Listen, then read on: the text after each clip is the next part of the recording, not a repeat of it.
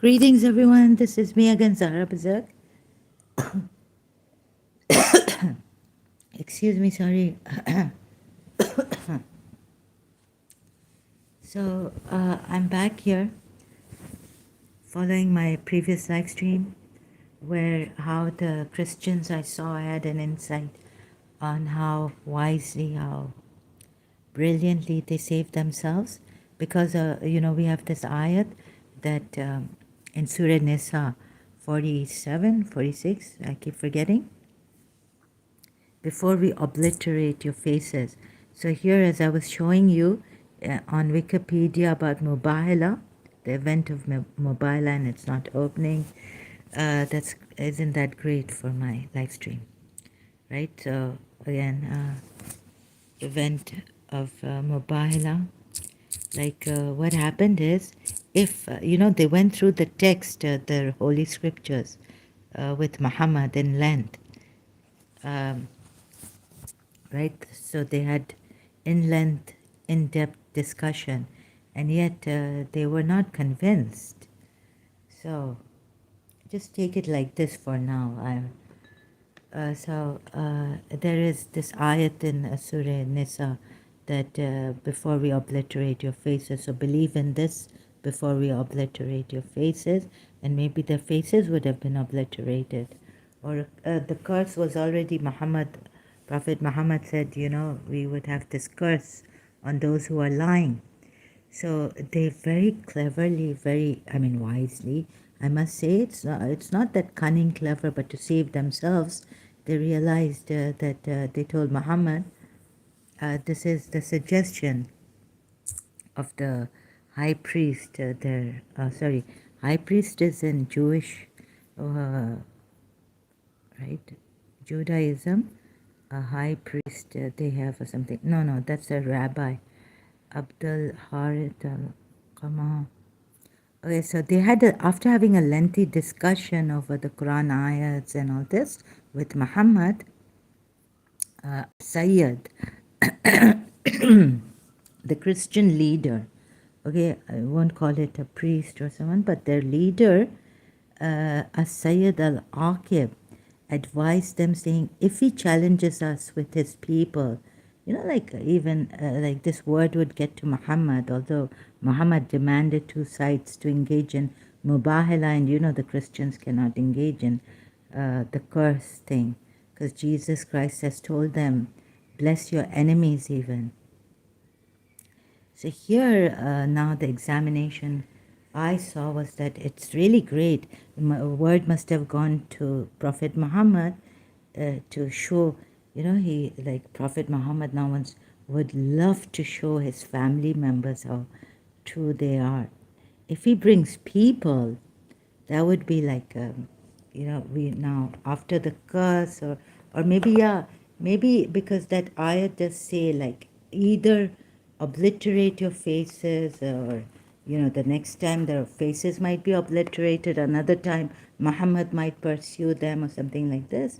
Or you could take the Surah Tawbah ayat and say, pay the jizya which they were now told to pay. So here is a good test to see like how Muhammad wanted his family members to be so holy, so important. So the Sayyids, the Christian Sayyids, Al-Aqib's, not to miss his name, advice was, he told his Christians, like, if he challenges us with his people, we accept the challenge, for he is not a prophet, right? But if he challenges us with his family in particular, we don't challenge him, for he's not going to put forward his family unless he is truthful. So this you can see the Zain's Sami Atif 1379 Muhammad Dar Madina in Persian, translated by Masood Ansari, Tehran, Jami, pages 1091 to 1103. This is the citation I've just read out, as you can see here on the screen, if it focuses properly on Wikipedia. So we were told that maybe Allah told that this was not a suggestion by the leader, Christian leader, but that we as Shias, I thought that Allah had told them about this, of bringing the children, the family, you know, to show that he's a true prophet. Now, bringing the family to show he's a true prophet, does that ever make sense to you? However, we thought, and so because of the ayat in Ali Imran, where is it? Your children and our children and your women. So this was a suggestion. Here it says it was a suggestion of from a Christian leader. And why would I believe this now? Because, you know, I've done the history. I've shown you in my previous live stream some of history, of Islamic history, and I showed you how lopsided it is and you can't trust it, right? Not only the discrepancies in the Quran ayats, but the historical events and all from the Islamic sources. You can see you cannot trust the Islamic sources. So then the ayat was revealed and they were told to pay the jizya. Then a new ayat in Surah Tawbah, we are told, must have come out after Surah Nisa ayat 47, right? Oh, you have been granted the book. Do believe in what we have now revealed, which confirms the revelation which you already possess.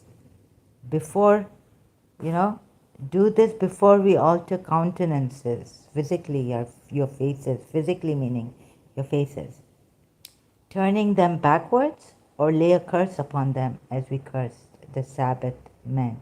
So Prophet Muhammad, what he did was take this ayat and say, okay, since we've had a lengthy discussion and you don't believe in Islam, you don't see it, we'll put the curse on the liars. So taking this part of this Quran verse, lay a curse upon them as we curse the Sabbath men. But these were Christians, right? So now they don't have to practice Sabbath anyways, but this about Jews, like we, you know, previous Sabbath breakers. But it says Sabbath men. Okay, so now, excuse me, what we get here. From here, so from again back to mobile, I got this thing, that insight. That, oh my God, what a wise man he was. He saved his Christians. And like I said in my previous live stream, I saw it. And then the morning of the 24th of Dhul Hijjah, Muhammad emerged at the appointed time. It is reported that he brought only selected members of his family, carrying Al-Hussein in his arm, with Al-Hassan holding his hand, followed by Fatima and Ali ibn Abu Talib. Tradition states that the Christians were surprised when they saw Muhammad's family accompanying him. You never see this happening, you know, for the Jews, poor Jews, apologies. But this is the first time that the leader of the Christians suggested this. And so Muhammad got trapped into this, you know, making his family important. And the ayat comes.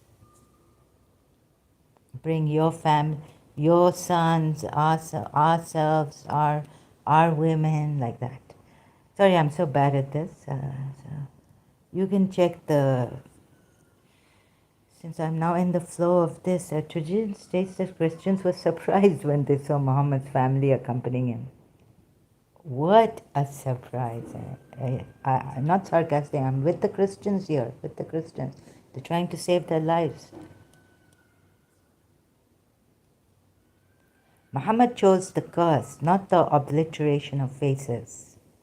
For these Christians, Najran Christians, decided not to invoke a curse upon him and the others.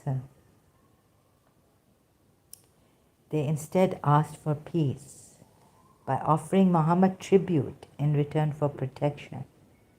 Islamic sources offer various explanations of the outcome.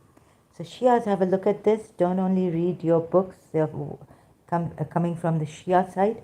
We were told, you read all sides, our religious scholars, every account, and then decide. So the Shia, my fellow Shias, please see how I'm doing my research like this. And now we have these poor, you say that breaking treaties. So I was like, how come the polities were not that wise enough as these Christians, since the Christians appealed to Prophet Muhammad's holy family? Suggestion that if he brings his family, then that would mean, So word got around to Prophet Muhammad, and Prophet Muhammad must have been more than pleased to bring his holy family in front. And this has never happened in any other way in wars or Islamic events like this, right? So why only these Christian Najrans?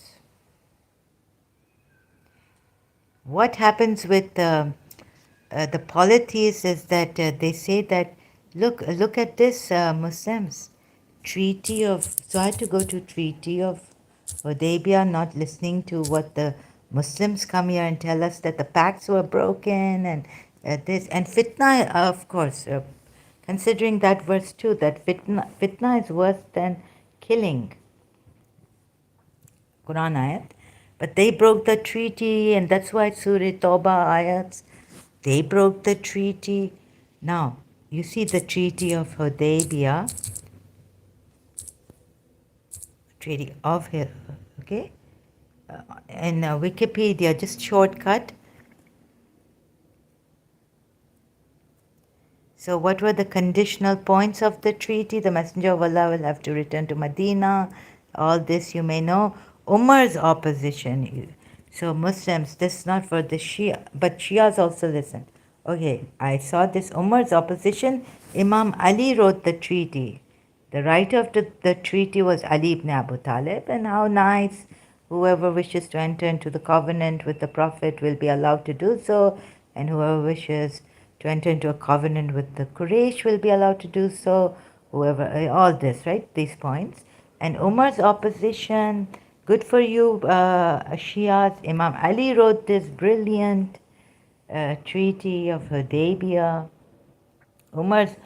This poor Umar opposed. I still haven't contemplated why the Sahaba would oppose to. But I can see through the Shia point of view, but not my point of view in this. After the treaty was signed, some of the pilgrims objected to Muhammad giving in on most points to the Quraysh. Giving in, use the name of Allah, and call himself the messenger of God. That led to Umar questioning points of the treaty.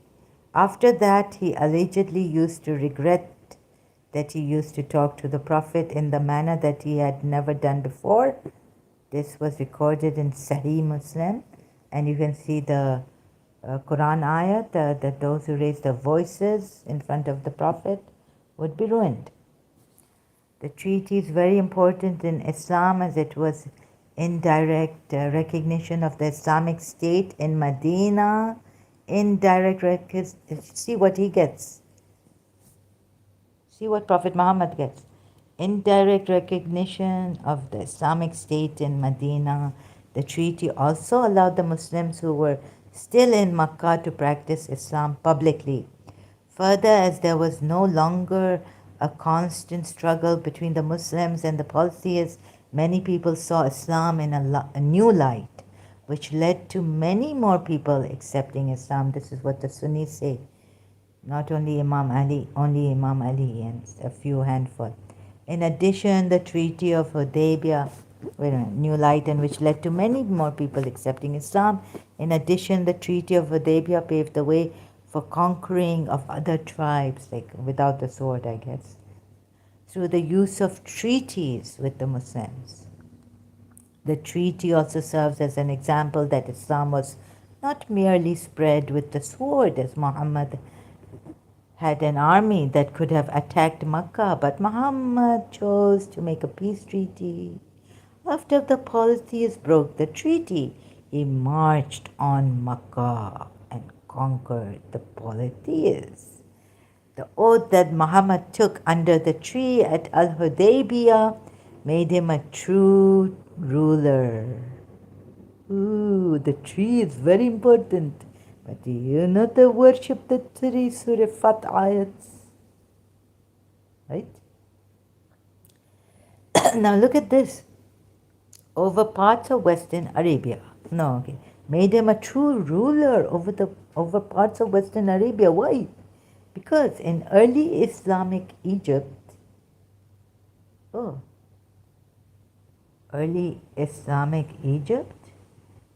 having a forefather who had pledged allegiance under the tree conferred considerable social prestige.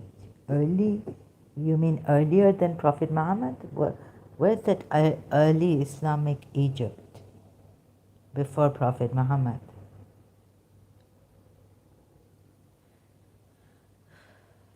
If you're giving a later, it can't be Islamic, right? Oath giving under the tree. There's some Islamic thing coming early than Muhammad. Where Egypt Islamic before Prophet Muhammad? In early? Okay, it's not because, but what it is. In early Islamic Egypt, having a forefather who had pledged allegiance under the tree conferred considerable social prestige. Citations you can read. I don't understand this. A verse of the Quran was revealed about the treaty, which means, verily we have granted thee a manifest victory. Surah Fatah, right? 48th chapter. I forget which number of Surah Fatah is the chapter number in the Quran. Right? And it's in Surah Fatih, whoever gives allegiance to Prophet Muhammad gives allegiance to Allah. Kisses his hand and all this. And Ali's hand for the Shias. Pledge of the tree.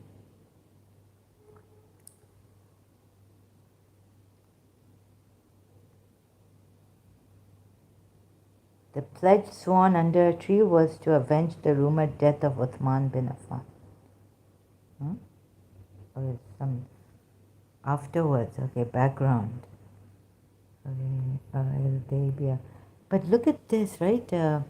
Who broke? So I had to search like this, like who actually, how was this treaty? This was very necessary, important to see who broke.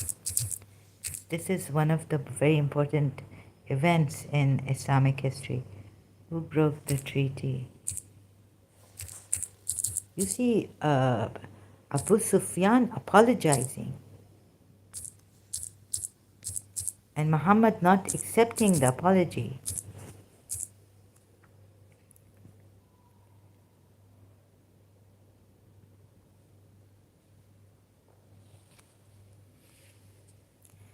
Zamzam.com blog. The Treaty of Hudaybiya, key points, significance and lessons. A significant incident in the history of Islam, the Treaty of Hudaybiya was signed in the 6th year after Prophet Muhammad and his followers left Makkah. Despite their victory in the Battle of Badr, the Muslims during that time were not strong enough to attack the pagans of Makkah, but they wished to visit the Holy Kaaba and perform tawaf. It was then the pivotal treaty between the Prophet and the Quraysh tribe was signed. There were several benefits of the Treaty of Hudaibiya, including the decline in tension between the two factions, affirming peace. Moreover, it was as the result of the agreement Prophet Muhammad and his followers were allowed to enter Makkah the following year for what came to be known as the first pilgrimage. History of the Treaty of Hudaibiya. After leaving Makkah, Prophet Muhammad saw a dream that he performed tawaf, believing it to be a good sign. Along with 1400 Muslims, he donned ihram clothes and decided to visit Makkah. In the sacred city, the Muslims had their physical freedom restricted and were prohibited from fighting. They traveled without arms in hopes Quraysh people would see their peaceful intentions to perform pilgrimage and allow them into the city as per customs. They were prohibited to fight. Thus they traveled without arms in hopes Quraysh would see their peaceful intentions. However, this did not turn out to be the case as they were stopped outside the city. Later, Prophet Muhammad camped outside Makkah and had talks with the Meccan emissaries who denied him entry. After long and peaceful discussions, the parties decided to resolve the matter through diplomacy, and the points of the Treaty Hudaybiya were drawn in January 6 to 8. Hudaybiya Treaty conditions. The treaty was a significant victory for the Muslims who wanted to peacefully perform the pilgrimage. After the pagans of Makkah agreed to calmly resolve the situation, the conditions of the treaty were discussed at great length. The following points were decided then. Among the Treaty of Hudaybiya points, perhaps the most significant was that the Muslims will return to Medina without visiting the Kaaba that year. Instead, next year they will be allowed entry and a special stay in Makkah for a period of 3 days. Consider Surah Tawbah's killing of the polytheists. However, you may see this is unfair, and Muhammad has given much to the polytheists in this treaty. Then you see, you read Surah Tawbah, kill the polytheists wherever you find them. The polytheists never said this, right? It was decided to hold a ceasefire between the parties for a period of 10 years. During this time, people were supposed to live in safety and harmony. It was decided that the agreement between any tribe and the Prophet was not prohibited. Similarly, anyone who wanted to join the Quraysh people and sign an accord with them could not be stopped. One more vital treaty of Hudaybiya point was that anyone from Makkah who entered Medina will be returned to the Quraysh people. But the people of Medina wandering inside Makkah will not be extended the same courtesy, right? Very good. Okay, but are they killed? They're not killed. Now, significant of the treaty, the importance of the treaty in the history of Islam cannot be denied, even if some points of the treaty were not favoring Muslims. Overall, the agreement was a good thing for the followers of Prophet Muhammad. It is so because the treaty benefited the Muslims in several ways. Owing to the agreement, the hostile Quraysh tribe recognized Prophet Muhammad as the leader of the state of Medina. Oh, how cleverly he's getting Yathrib. Oh, dam maro dam, mit jaye gham. Bolo subuh sham. Zera sach ki ghulam, zera justice ki ghulam. Owing to the since followers of Islam and the policies were no longer in an ongoing struggle, some people started seeing the religion in a new light. I've already read this, in the Wikipedia. Who broke the treaty? Oh Muslims, oh Muslims, you're going to believe this in the face value? Your history, your history. The pilgrim to the Holy Kaaba is essential for Muslims. Hence, the treaty played an important role in the life of every individual. Every. Not later. For the polities, kill them wherever you find them. Wait in ambush. Fitna is worse than killing. Allah, Allah, Allah.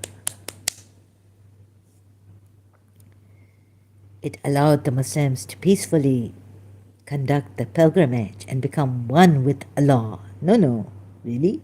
One with Allah? No, you cannot be one with Allah. Further, the treaty was significant in stopping the long struggles of Muslims to visit the Holy Land and city of Makkah in 630. Key lessons. Apologize to him. No, yeah, here. Who broke the treaty? Oh, yes. In 630, right after 2 years when the Treaty of Hudaibiya was drawn. Come. Come, Muslims, come. Biya means come in Farsi language. One of the clauses was violated. One of the clauses was violated, the Muslims. It so happened that the Bani Khuzaz tribe, who was an ally of the Muslims, and Banu Bakr, who was with the Quraysh people, clashed in a fight. We don't know who was aggressive. Now you read about this. Who was the aggressor? How they clashed? What happened?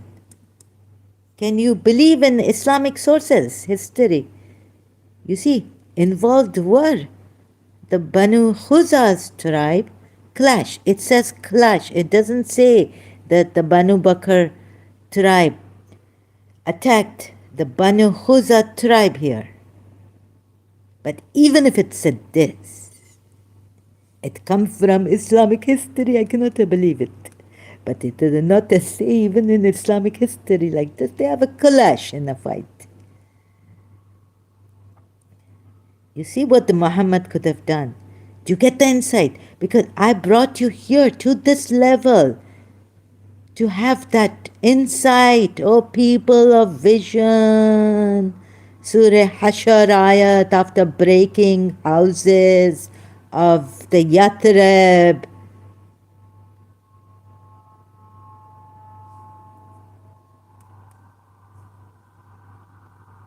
Sorry, just waiting because there's some background sound in the background.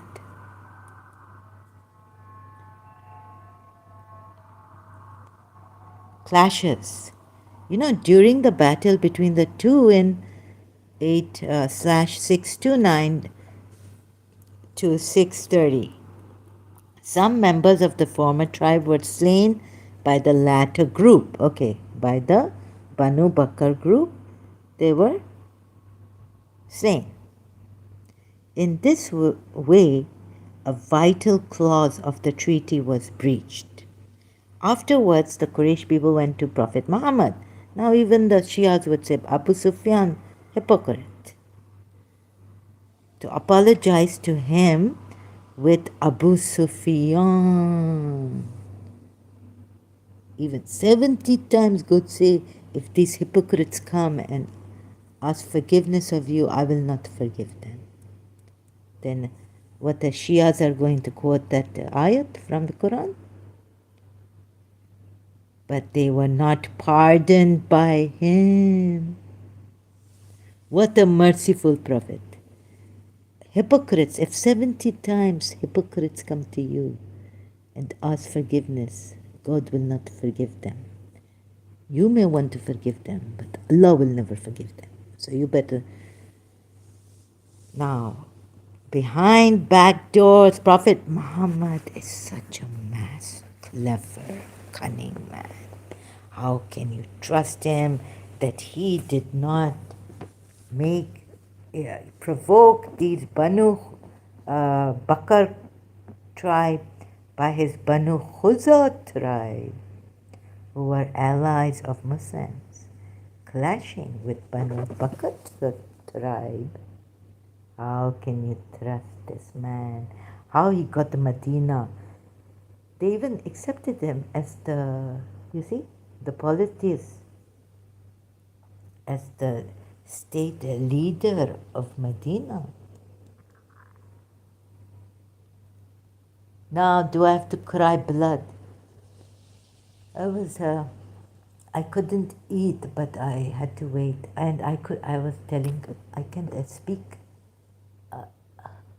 God, give me to show you,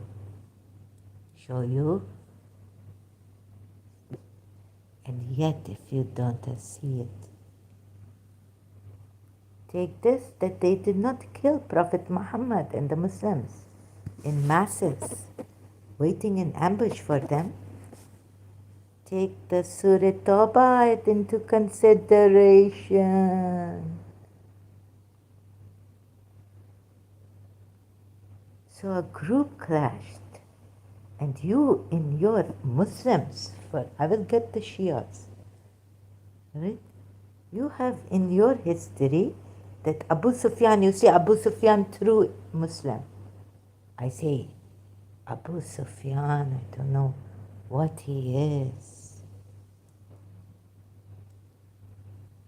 You know his daughter Ramla given to, when he go there, you have in your history how he trapped these people, break their morale.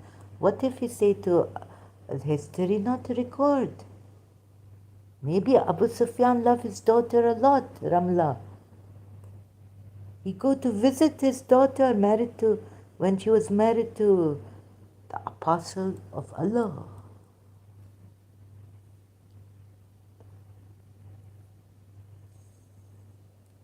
Hostage. Right? Now Shias, you also straighten up. You are not following a mass murderer. Please. And stop saying Abu Sufyan was a hypocrite.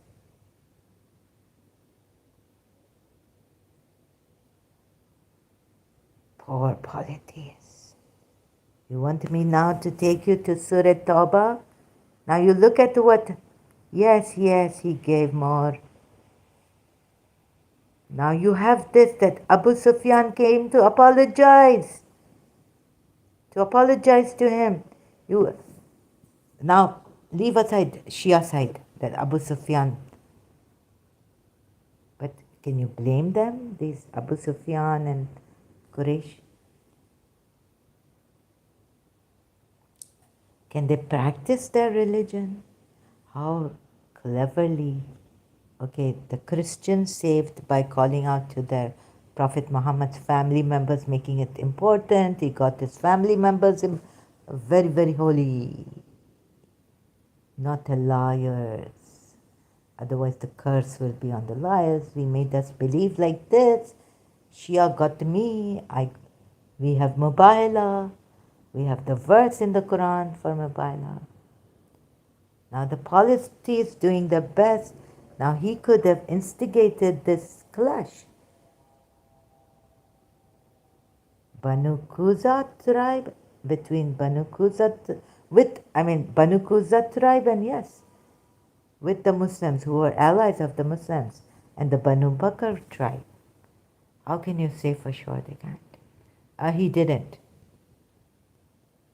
Prophet Muhammad instigated this.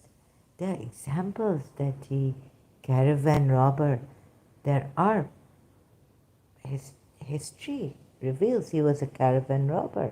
Your history, the Shias reject. And yet you have in your history. So you do take Abu Sufyan as a true Muslim. He embraced Islam. And yet, see, it says the Prophet didn't pardon him. Now, what made him then?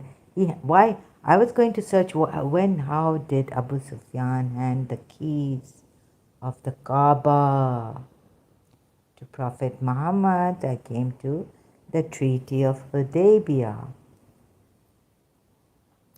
Finally, Abu Sufyan handed the keys of the Kaaba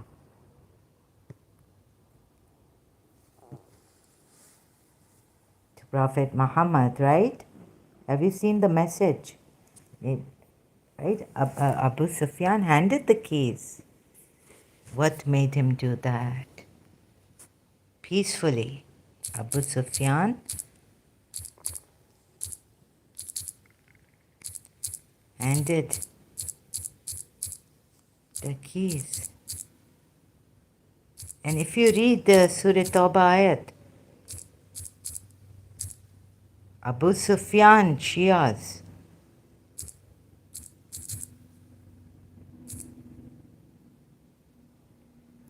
the conquest of Makkah.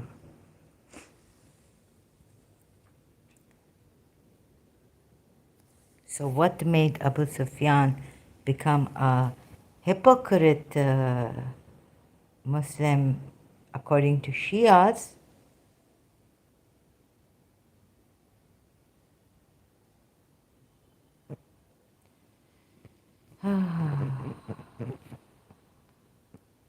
The conquest of Makkah marked the end of paganism in the Arabian Peninsula, and the tribes in the surrounding area were closely observing the outcome of the conflict between the Muslims and the idolaters. They were convinced that the Kaaba would only be captured by the righteous party.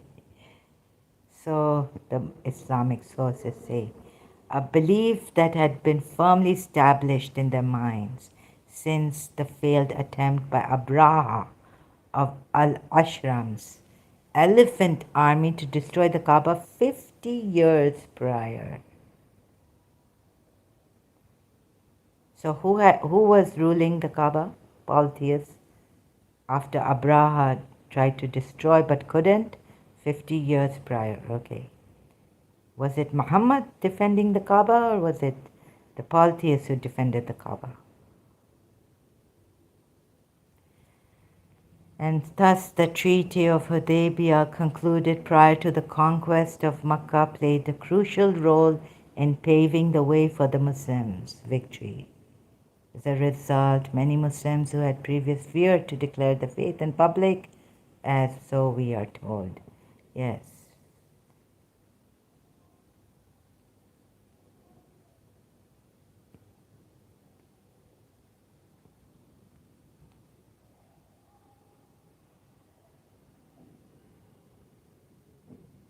Oh, here is this Banu Bakr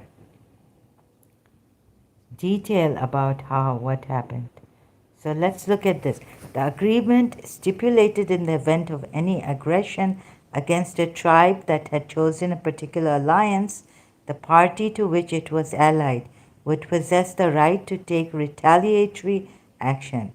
Consequently, the Banu Bakr aligned themselves with the Quraysh, while the Banu Khuzaa aligned themselves with the Muslims.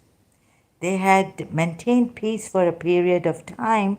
However, underlying motives stemming from the pre-Islamic era, exacerbated by a persistent desire for revenge,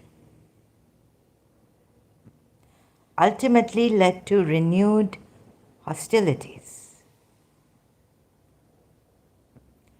The Banu Bakr launched an attack against the Banu Khuza'a at Al-Watir in Shaban 8 AH, disregarding the terms of the treaty. A group of the Quraysh headed by Safwan ibn Umayyah, Ikrimah ibn Amr and Suhail ibn Amr provided the Banu Bakr with men and weapons under the cover of darkness, without the awareness of Abu Sufyan ibn Harb. Abu Sufyan is the leader now, isn't he?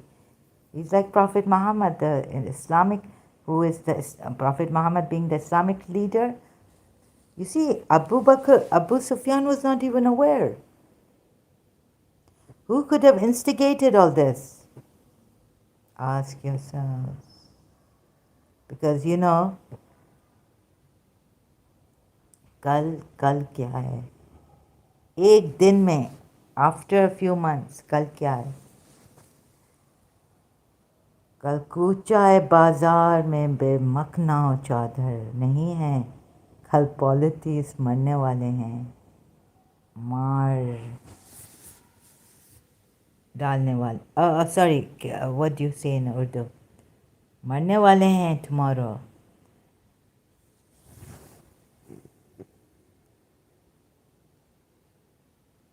Without the awareness of Abu Sufyan ibn Harb, Prophet Muhammad should have forgiven Abu Sufyan ibn Harb.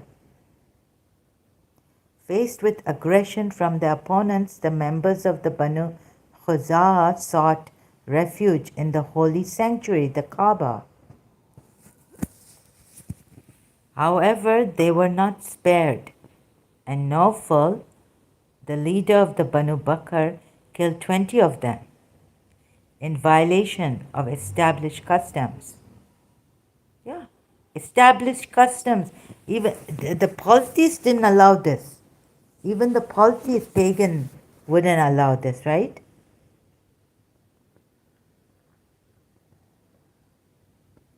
In response, the Banu Khuza'a immediately dispatched a delegation to Medina to inform Muhammad of the breach of the truce and to request his assistance. When the Banu Khuza'a sought redress from the Muslim allies, Muhammad, in his capacity as the leader, insisted on immediate reparations for the violation of the treaty and the deaths of individuals allied with him in the sacred area.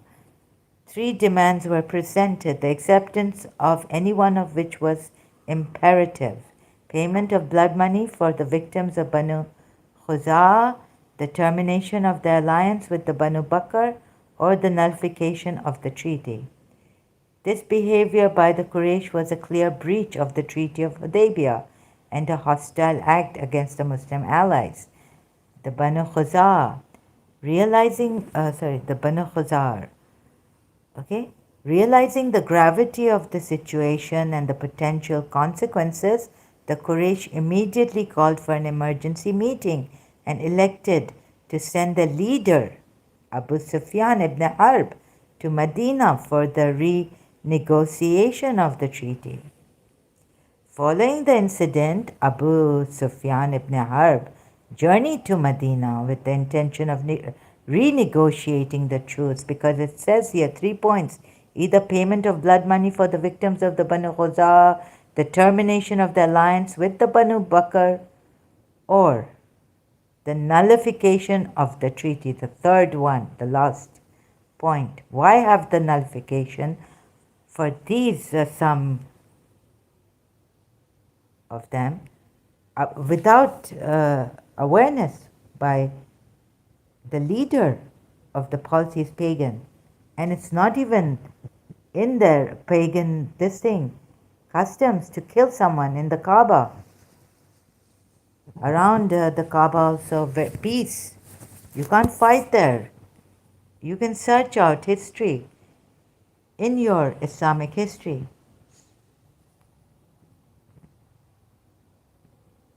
Following the incident, Abu Sufyan ibn Harb journeyed to Medina with the intention of renegotiating the truce. I wonder why. So the truce was not renegotiated, he made a direct visit to the residence of his daughter, Habiba, who was also the wife of Muhammad.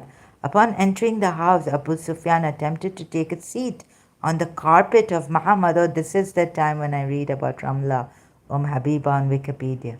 However, his daughter, Habiba, promptly folded it.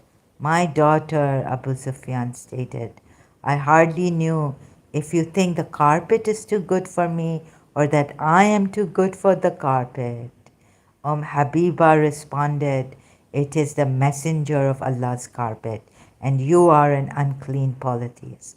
Thus the verse comes down in Surah Tawbah, which has come down. Polytheists are unclean. They cannot remain here now. Abu Sufyan ibn Harb sought an audience with Muhammad. However, the latter was unaware of his tricks and did not provide him with any assurance. He then approached Abu Bakr, but was similarly rebuffed. He attempted to solicit the intervention of Umar, but was met with a flat refusal. Finally, he turned to Ali ibn Abu Talib, pleading with him in the humblest manner. Okay. Excuse me, I need a break now. Uh,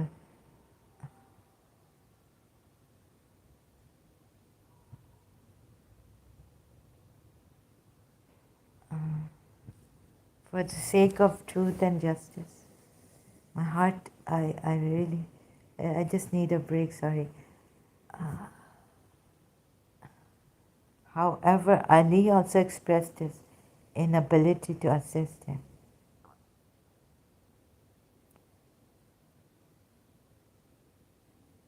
Abu Sufyan ibn Harb returned to Makkah in a state of disappointment. He reported, sorry, I have to take a break, please let me. They're not letting me push the button.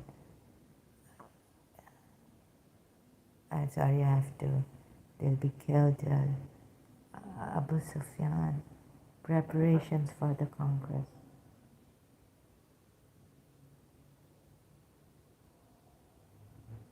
Muhammad instructed his wife.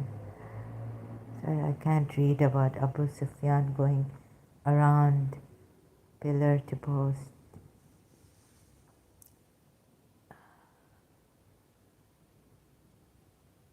Do you see this? I need to gather some myself so that I can't talk properly.